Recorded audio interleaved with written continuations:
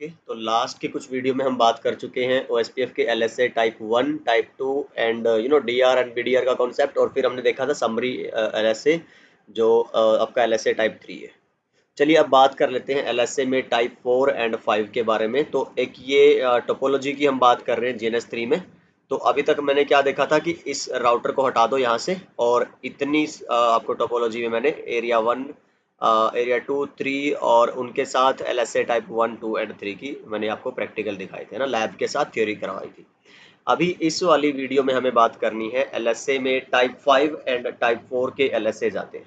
ठीक है, तो एक आइडिया जरा हम ले लेते हैं कि टाइप 4 और टाइप 5 के बारे में थोड़ा थ्योरेटिकली एक बार आपको बता दूं, क्योंकि उससे फिर वही है ना कि कॉम्प्लेक्स थोड़े से कंफ्यूजिंग टॉपिक्स हैं और समझना आसान रहेगा हमारे लिए। चलिए, तो टाइप 5 और टाइप 4 के बारे में थोड़ा सा देखो। मान लीजिए ये आपका एक राउटर है और ये राउटर 2 से जुड़ा है ना, सिंपल सा टोपोलॉजी से समझाता हूँ। और ये आपका एक दूसरे राउटर से जुड़ा है। ठीक, ये आपका मान लीजिए एक और राउटर से जुड़ा, फॉर एग्जांपल थोड़ा सा और मैं इसको क्लैरिटी दूँ। एरिया 0 है, एरिया 1 है और एरिया 2 है यहाँ पे। तो एरिया 0 में क्या रहेंगे, एलएसए टाइप 1, 2, 1 में भी रहेंगे और एरिया 2 में भी रहेंगे। ठीक है, तो ये कैसे रहते हैं तुम्हारे इंट्रा एरिया ओएसपीएफ के एलएसए, सिंगल एरिया तक कन्फाइंड रहते हैं। फिर जो एरिया 1 को 2 तक भेजनी है डिटेल और 2 को 1 तक भेजनी है अपने डिटेल रूट्स की, तो वो किसके थ्रू भेजेंगे, पहले उसको ट्रांजिट एरिया में अपने रूट डालने पड़ेंगे। वो कौन सा होता है तुम्हारा, एरिया 0। तो उसके बाद फिर ये रूट्स इधर फॉरवर्ड किए जाएंगे और ये रूट इधर। तो किसका काम है वो, एबीआर्स का। चलिए, तो एबीआर कौन से एलएसए जनरेट करते थे, तुम्हारे टाइप 3 एलएसए। और जो आईआर्स हैं वो सिंपली कौन से एलएसए जनरेट करते थे, टाइप 1 एंड टाइप 2। ठीक है, राउटर एलएसए ही बोलते थे। और टाइप 3 जो एबीआर जनरेट कर रहे हैं उसको समरी एलएसए ही बोलते हैं। चलो, अच्छा अब क्या है कि अभी तक तो हमने क्या बात की है कि सारा का सारा ओएसपीएफ का डोमेन चल रहा है। ये जो टोटल डोमेन है ये आपका है ओएसपीएफ का डोमेन। अब होना क्या है कि मान लो आपको किसी नॉन ओएसपीएफ डोमेन के साथ अपने नेटवर्क्स को, अपनी टोपोलॉजी को या ओएसपीएफ को जोड़ना है। तो सपोज करो ये एक ऐसे राउटर से जुड़ा है, मान लो राउटर 5, जहाँ पे तुमने रन कर रखी है रिप या EIGRP, है ना। तो यहाँ पे क्या चल रहा है, ओएसपीएफ। ठीक है, तो ये ओएसपीएफ का इंटरनल नेटवर्क है, पूरा डोमेन है। यहाँ पे सपोज करो तुमने राउटिंग रन कर रखी है EIGRP। ठीक है, और इसमें ये रूट मान लो 10 वाला है, ये 20 का है, ये 30 वाला है और ये मान लो 40 का है। ठीक है, तो .5 आईपी यहाँ पे है, .4 आईपी, और ये इस तरह से आईपी कॉन्फ़िगरेशन वगैरह कर रखी है। हो क्या रहा है अभी तक, जब मैं इस राउटर पे EIGRP कॉन्फ़िगर करता हूँ R5 में, 40 के रूट को एडवर्टीज करता हूँ R5 के EIGRP प्रोसेस में, सिमिलरली 40 के रूट को एडवर्टीज करता हूँ R1 के EIGRP के प्रोसेस में। ठीक है, तो यहाँ पे तुम्हें एडजेसेंसी फॉर्म होगी और दोनों अपने रूट एक्सचेंज करने लगेंगे। तो अभी तक तुम देखोगे ये डोमेन अलग है EIGRP का, और OSPF का अभी भी अलग है। तो इनके बीच में कोई कम्युनिकेशन नहीं होगी। मीन्स R5 पे 10, 20, 30 रूट्स नहीं आने वाले और R3, 4, 2 पे आपके 40 का रूट नहीं आने वाला। पर आप चाहते हैं कि बाहर के डोमेन से जुड़ना चाहते हैं, किसी दूसरे ऑटोनोमस सिस्टम से आपको जुड़ना है, तो उसके लिए क्या करना पड़ेगा, R1 पे आपको करनी पड़ेगी रीडिस्ट्रीब्यूशन। ठीक है, तो स्पेशली अलग से एक सीरीज बनाऊंगा रीडिस्ट्रीब्यूशन के ऊपर, काफ़ी इंटरेस्टिंग है टॉपिक ये भी, और लेंथी टॉपिक है। अगर उस लिहाज से हम कवर करें तो देखता हूँ किस हद तक कवर करूंगा। पर हाँ, कुछ वीडियोस रहेंगी जरूर रीडिस्ट्रीब्यूशन पे स्पेशली। अभी मैं सिर्फ आपको दिखा रहा हूँ कि हाँ ये मैं आपको समझाऊंगा नहीं रीडिस्ट्रीब्यूशन कैसे करना है, क्या पैरामीटर वगैरह ध्यान रखने, करके दिखा रहा हूँ। तो ठीक है, रीडिस्ट्रीब्यूशन का सिंपल सा मतलब समझिए, शायद हमने CCNA में भी नहीं किया रीडिस्ट्रीब्यूशन, है ना। तो उसके लिए ही मैं कह रहा हूँ कि स्पेशली प्ले लिस्ट के लानी पड़ेगी अलग से कुछ सीरीज जिसमें वीडियोस रहे कि अच्छा पहले तो कंसेप्ट समझ लो।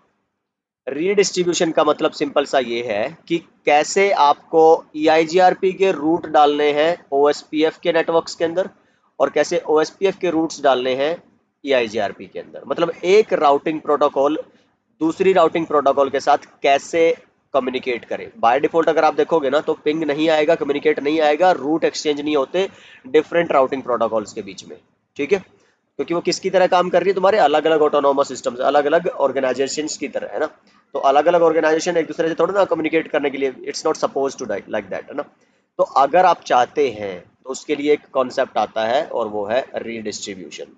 तो अभी मैं करके दिखाता हूँ होना क्या है। EIGRP के रूट्स आपको एडवर्टीज करने रहते हैं OSPF में और OSPF में करना रहता है आपका EIGRP में। अच्छा, यहाँ से मेरे को बताना रीडिस्ट्रीब्यूशन का नहीं है, लेकिन मैं कह रहा हूँ कि जब अगर रीडिस्ट्रीब्यूशन हो और OSPF के अंदर हो, EIGRP से OSPF, OSPF से EIGRP, तो अब आप क्या कर रहे हैं, अपने OSPF के डोमेन को बाहर के डोमेन से जोड़ रहे हैं। तो अभी आपके जो LSAs के थ्रू ही सारा का सारा डेटा और पैकेट्स वगैरह एक्सचेंज होने OSPF के अंदर। तो बाहर की इंफॉर्मेशन को OSPF में लाने के लिए भी कुछ स्पेशल तरह के LSAs यूज होते हैं, और उस टाइम पे पिक्चर में आते हैं आपके LSA टाइप 5 और LSA टाइप 4। ठीक है, 5 उस एरिया में होगा जिस एरिया में आपका ASBR है। अब ये समझो ASBR क्या है। ASBR वो बॉर्डर राउटर है, ऑटोनोमस सिस्टम बाउंड्री राउटर, जो एक OSPF डोमेन और एक अलग राउटिंग डोमेन की बाउंड्री पे है। मतलब जहां पे सिंपली शब्दों में अगर आप बोलो तो जिस राउटर पे रीडिस्ट्रीब्यूशन हो रहा है ना, वो आपका ASBR है, ऑटोनोमस सिस्टम बाउंड्री राउटर। तो OSPF को EIGRP से जोड़ने वाला ऐसा राउटर जहां पे रीडिस्ट्रीब्यूशन होनी है, वो राउटर क्या जनरेट करता है, LSA 5। अच्छा, जनरेट तो ये वहां होगा, पर ये एरिया इंडिपेंडेंट है। मतलब ऐसा नहीं है कि ये इस एरिया में, मान लो एरिया 1 में जनरेट हुआ तो इसी तक रहेगा, नहीं। तो ये हर एक एरिया में जाएगा। LSA 5 इस राउटर के पास भी रहेगा, इसके पास भी रहेगा, इस पे भी आएगा और इसके पास भी आएगा। पर दिक्कत पता क्या होगी, इसके पास जब R3 के पास LSA 5 की इंफॉर्मेशन आएगी तो राउटर 3 को ये तो पता चलेगा कि कोई ASBR है, लेकिन ये नहीं पता चलेगा कि वहां तक जाने का बेस्ट पाथ क्या है, क्योंकि LSA 5 के अंदर मैट्रिक की, कोस्ट की कोई इंफॉर्मेशन नहीं रहती। और आपको पता है OSPF कोस्ट के बिना, मैट्रिक के बिना अपना बेस्ट पाथ कैलकुलेट कर सकता है? नहीं। जो डिकेस्ट्रा या SPF एल्गोरिदम है, उसका सिंपल सा फंडा क्या है कि आपके पास क्या होनी चाहिए, बैंडविड्थ। ठीक, और उसके बेस पे वो क्या निकालता है, कोस्ट। तो कोस्ट की यहाँ पे जिक्र हो ही नहीं रही LSA 5 में, तो ये हमारे काम का नहीं है। इसको तो पता होगा आपके इंटरनल जो intra OSPF LSA type 1 and 2 के थ्रू कि यहाँ से यहाँ कैसे जाना है, तो यहाँ तो कोई दिक्कत नहीं है। पर जो अलग एरियाज है वहां पे सेम चीज को आपकी कोस्ट की इंफॉर्मेशन को सेंड करने के लिए इन एरियाज के अंदर स्पेशली चलते हैं LSA टाइप 4। तो इनके अंदर होती है ASBR तक जाने की कोस्ट। समझो अब ध्यान से। तो LSA 5 सिर्फ किस एरिया में मिलेगा, जहां पे ASBR है, और LSA 4 सिर्फ कहां पे मिलेंगे, जहां पे ASBR नहीं है। और ये जनरेट कौन करेगा, देखो LSA 5 तो किसने जनरेट कर दिए, तुम्हारे खुद ASBR ने, लेकिन LSA 4 कौन जनरेट करता है, तुम्हारा ABR। तो ये चीज समझने वाली है। LSA 5 में लिंक आईडी इसी की रहेगी और 4 में भी लिंक आईडी इसी की रहेगी, लेकिन एडवर्टाइज कौन करेगा, ये वाला ABR। तो एडवर्टाइज आईडी किसकी रहती है, तुम्हारी राउटर 2 की। तो ये कुछ डिटेल्स है जो हमें अभी लैब में प्रैक्टिकली देखनी है। कुछ और मिस हो गया होगा अगर, तो वो थियोरी से आ जाएगा याद अपने को, तो वहां से हम देख लेंगे। ओके, तो इनफ थियरी होगी है आई थिंक। तो 8 मिनट की है ना, इसको करते हैं मिनिमाइज और लैब की तरफ बढ़ते हैं ना। ओके, तो चलते हैं GNS 3 पे। तो मैं क्या करता हूँ, यहाँ पे भी EIGRP कॉन्फ़िगर कर लेते हैं, राउटर 7 पे भी और आपके राउटर 1 पे भी। Okay, where is my screen. तो चलते हैं राउटर 7 पे। शो IP इंटरफेस ब्रीफ एक बार करके देख लेता हूँ। IP मैंने शायद कॉन्फ़िगर 0/1 पे की हुई है, 70.7 और /24 होगा आई थिंक, है ना। मैं आपको दिखा देता हूँ। शो IP इंटरफेस FA 0/1, तो यहाँ पे है मेरा /24 है। ठीक है, अच्छी बात है। अब क्या करते हैं इस पे, EIGRP कॉन्फ़िगर। तो अगर आप मेरे ही चैनल फॉलो कर रहे हैं तो शायद आपको पता होगा कि EIGRP की वीडियोस CCNA में नहीं डाली हुई है मैंने। तो OSPF के बाद देखते हैं कि EIGRP स्टार्ट करेंगे या फिर BGP। तो हाँ, EIGRP इस मंथ या नेक्स्ट मंथ जरूर आने वाली है। ठीक है, तो बट फिलहाल जान लीजिए कि कॉन्फ़िगरेशन बड़ी स्ट्रेट फॉरवर्ड है EIGRP की। क्या करो, राउटर EIGRP, और जैसे OSPF में डालते थे ना एक प्रोसेस ID नंबर, यहाँ पे भी ऐसे ही डालना होता है, सेम रेंज है, और उसको बोलते हैं AS number, autonomous system number. फर्क इतना है कि मान लो जो तुम नंबर यूज कर रहे हो तुम्हारा एक राउटर पे, तो प्रोसेस आईडी तो OSPF के अलग अलग राउटर पे कुछ भी हो सकती थी।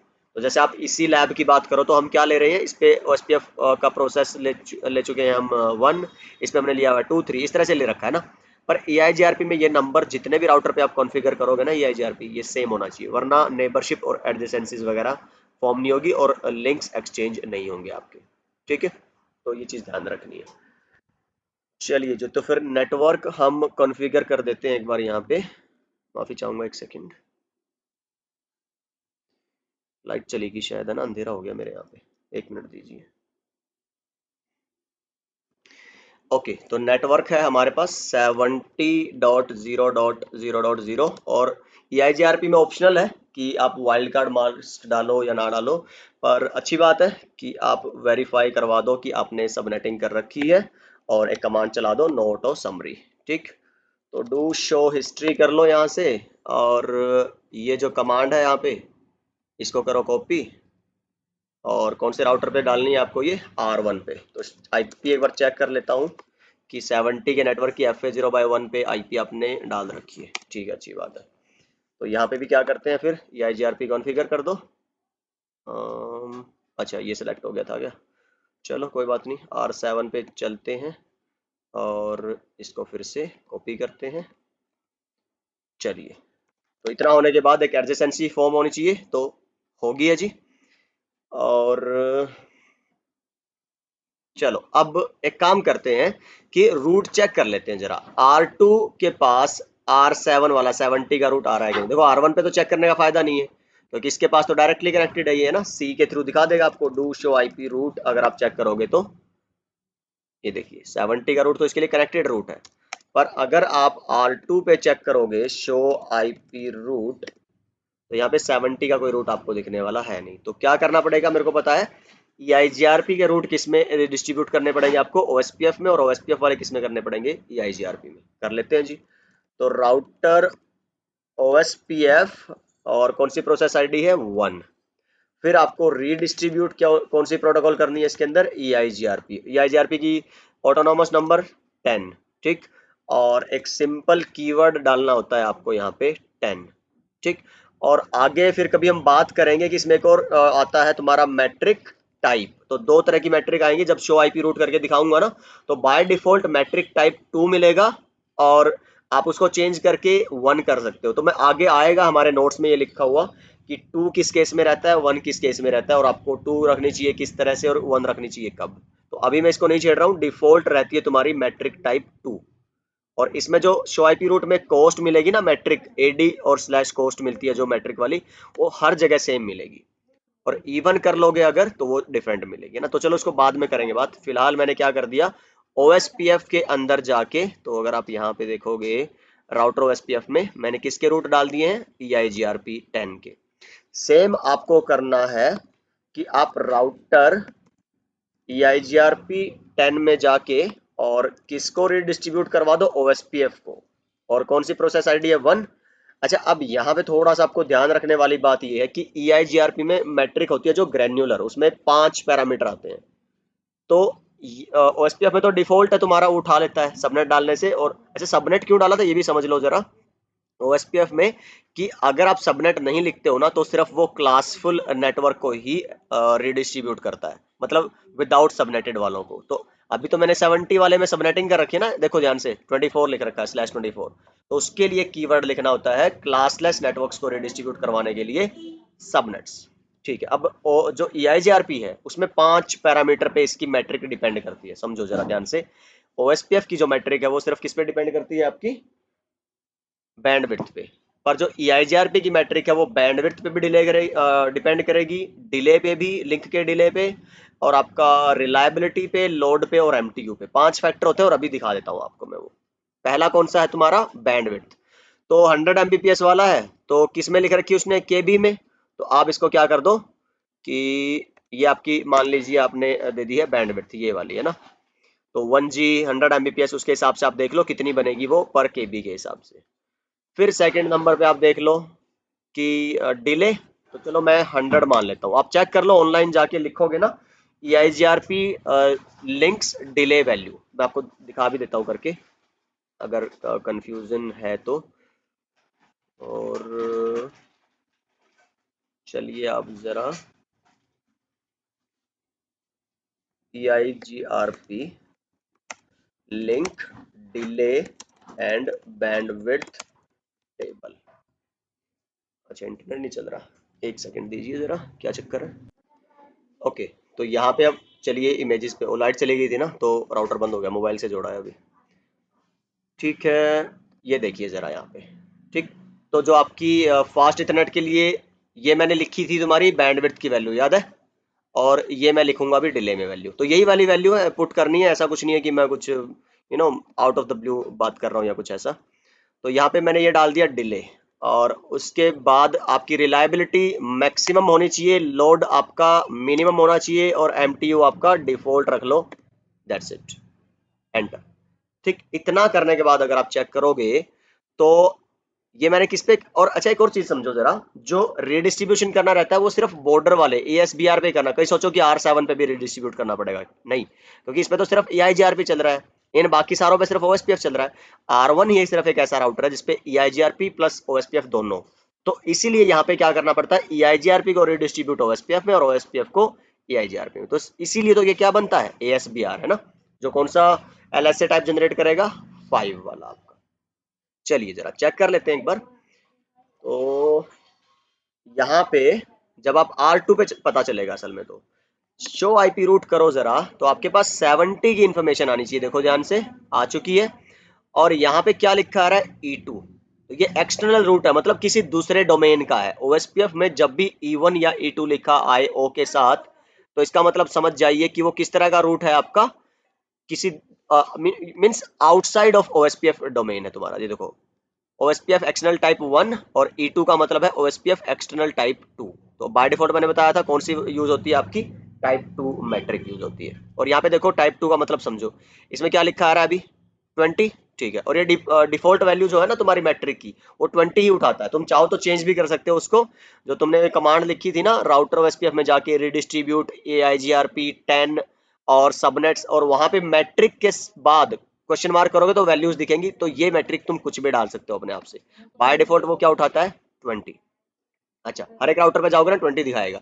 इवन कर देते तो यहाँ पे हर एक राउटर के हिसाब से ये कॉस्ट ऐड हो जाती, अलग दिखाता, फिर ये कॉस्ट ऐड होती, यहाँ पे अलग दिखाता। चलो, तो E2 रूट आया मेरे पास, और एक दो और पे चेक कराए, तो मान लो R4 पे चेक करो इसको, शो आईपी रूट, तो इस पे भी देखो तुम्हारे पास 70 का रूट आ रहा है, तो ये क्या है तुम्हारा, कॉस्ट इसकी भी देखोगे तो सेम है। ठीक है जी, और उसके बाद अगर तुम चलते हो, और क्या करना है अपने को, अच्छा डेटाबेस चेक करवाना ना, सबसे मेन तो ये है, शो आईपी OSPF डेटाबेस। और यहाँ पे तुम्हें देखो R1 किस खुद क्या है आपका, ASBR है ना, तो इस पे अगर चेक करोगे तो आपको क्या मिल रहा है, इधर अगर आप चेक करो, थोड़ा सा इसको साइज बड़ा कर लेते हैं। ठीक, तो राउटर लिंक मतलब LSA type 1, network link means आपका LSA type 2, summary link means LSA type 3। उसके बाद देखो यहाँ पे क्या दिख रहा है, टाइप 5 है ना, तो लिंक आईडी क्या है तुम्हारा, जो नेटवर्क है वो वाला, और एडवर्टाइज कौन कर रहा है इसको, जो ये राउटर पे तुम्हारे आईपी थी इस F0/1 पे, जो EIGRP की तरफ गई हुई है 70.1। ठीक है, उसके बाद अब मैंने क्या बोला था, यहाँ पे कोई टाइप 4 LSA जनरेट नहीं होना है, जहाँ जिस एरिया में आपका ASBR है उसमें कोई टाइप 4 जनरेट नहीं होगा। तो ये देखो कौन से एरिया की बात हो रही है, एरिया 1 की।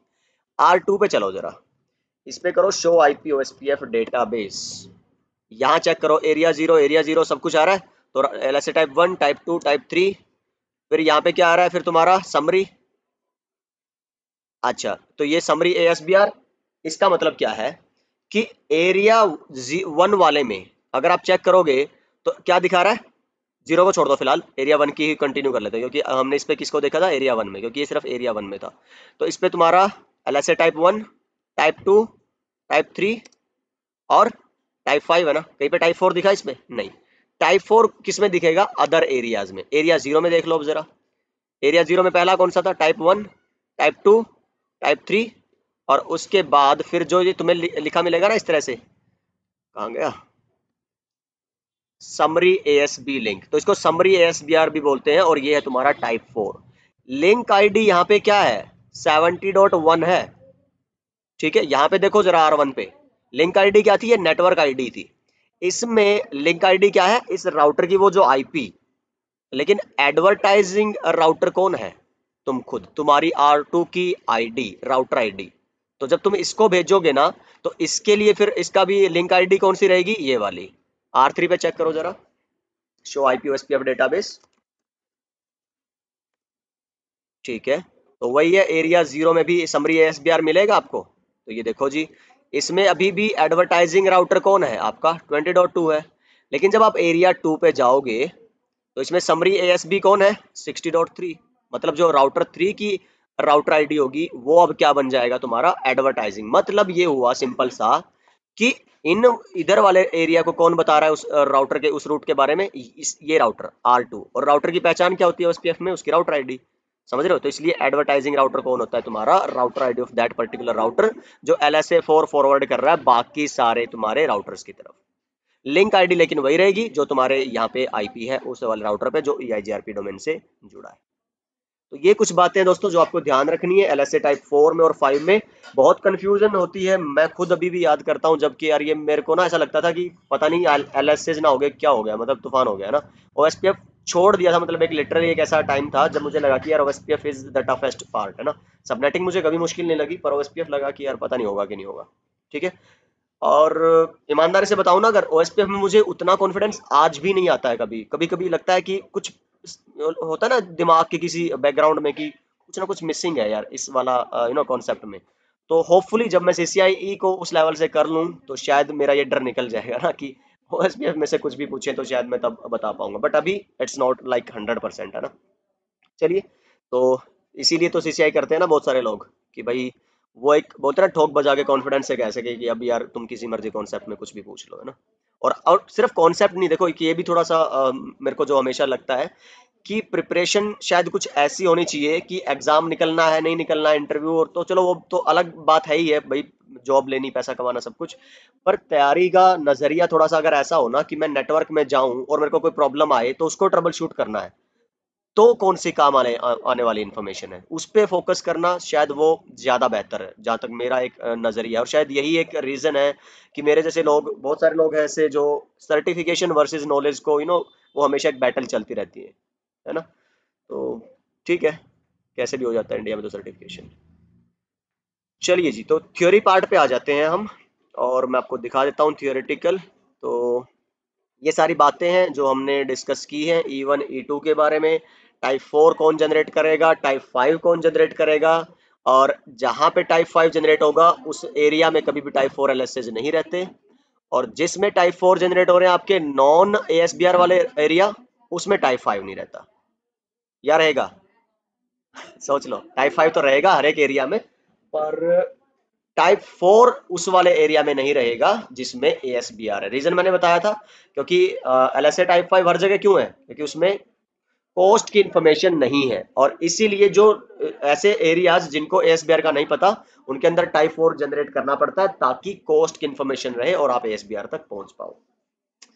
तो ये कुछ बातें हैं जी, देख लीजिए पढ़ लीजिए, कुछ ऐसा आए कि नहीं समझ आ रहा है या फिर कुछ भी XYZ, तो आप मुझे मेल या कमेंट हमेशा कर सकते हैं, आपको पता है ऐसा कोई भी कमेंट हमारा नहीं जाता जिसका रिप्लाई आपको ना मिले। तो टाइप 4, हाँ ये भी अच्छा है। 3 और 5 एक तरह से सेम सेम है, पर फर्क इतना है कि समरी LSA जो है LSA3 वो इंटरनल लिंक्स जो सिर्फ OSPF के डोमेन है उनको ही दिखाता है या उसकी इंफॉर्मेशन शेयर करता है।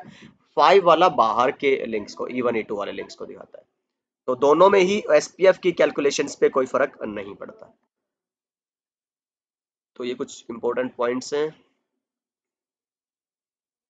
हाँ ये एक अच्छा पॉइंट है कि जिन एरियाज में ABR ही खुद ASBR की तरह काम कर रहा हो वहां पे LSA4 नहीं आएगा, क्योंकि अभी देखो मैंने क्या एग्जांपल लिया कि इसमें ये भी ABR है क्या, नहीं ये IR है। पर मान लो मैंने इस राउटर 2 पे, ये ABR है मेरा, तो इसमें ये राउटर सॉरी ये एरिया 1 और एरिया 0, तो दो एरिया, तो ये ABR हुआ। अगर मैं इस राउटर को यहाँ पे जोड़ता, EIGRP यहाँ पे कॉन्फ़िगर करके इस पे आपका रिडिस्ट्रीब्यूशन करता, तो ना तो एरिया 1 में ना एरिया 0 में आपको LSA4 नहीं मिलता।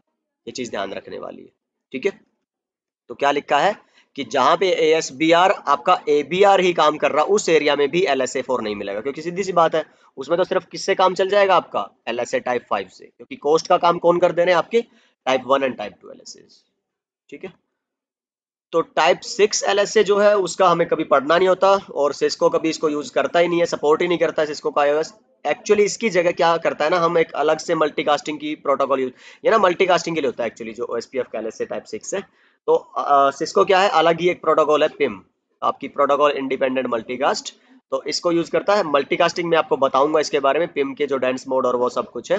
तो इसीलिए ध्यान रखिएगा टाइप 6 OSPF में कभी यूज नहीं होता। फिर बात करेंगे अगली वीडियो में टाइप 7 LSAs की, और फिर बताऊंगा इससे पहले क्यों आपको type of special area type आते हैं आपके। एक तो हमने क्या पढ़ा था, आपका नेटवर्क टाइप पढ़ा था डीआर बीडीआर से पहले, कि भाई जब आपको पता हो ब्रॉडकास्ट नेटवर्क है और ब्रॉडकास्ट मल्टी एक्सेस है ना, उनमें क्या होगा, sorry non broadcast multi access, उनमें आपके फ्लडिंग को एडजेसेंसीज की भरमार को रोकने के लिए डीआर बीडीआर बनता है। ऐसे ही मैं आपको सबसे पहले ये बताना चाहूंगा अगली वीडियो से पहले कि भाई टाइप 7 LSAs किन स्पेशल केसेस में आपके जनरेट होंगे, और आपके stub area, totally stub area, आपका नोट सो स्टब एरिया और टोटली एनएसएस है, ये सब एरियाज क्या है पहले इनको पढ़ेंगे, क्योंकि जान लीजिए कि ये स्पेशली ना इन्हीं के लिए जनरेट होता है टाइप 7। तो पहले मैं आपको दिखाऊंगा वो आपके एरिया टाइप्स, और फिर हम बात करेंगे एलएसए टाइप 7 की। तो आई होप इस वाली वीडियो में आपको क्लियर हो गया होगा एरिया आपके, सॉरी एलएसए टाइप 4 एंड 5। तो काफी लंबी वीडियो होगी आई थिंक, है ना, मैंने सोचा नहीं था इतनी होगी, बट एनीवे आई होप आपको सारी बातें क्लियर हो गई होंगी theoretically practically type 4 and type 5 LSS की। कोई अभी और इशू नहीं होगा आपका, और अगर ये क्लियर है तभी जाके आपको अगले समझ आएंगे टाइप 7 वाले। अगर वो ये वीडियो अगर आपको लग रहा है कि नहीं समझ आई है और थोड़ा सा दोबारा देखने की जरूरत है, तो देख लीजिए, क्योंकि अगली वीडियो देखने का फायदा तभी है जब ये क्लियर है, अदरवाइज अगला कुछ नहीं समझ आएगा, स्पेशली एलएसए वाला पार्ट, टाइप 7 एलएसए वाला ना। तो जुड़े रहिए, देखते रहिए वीडियोस, सीखते रहिए, सिखाते रहिए और मस्त रहिए। Bye bye.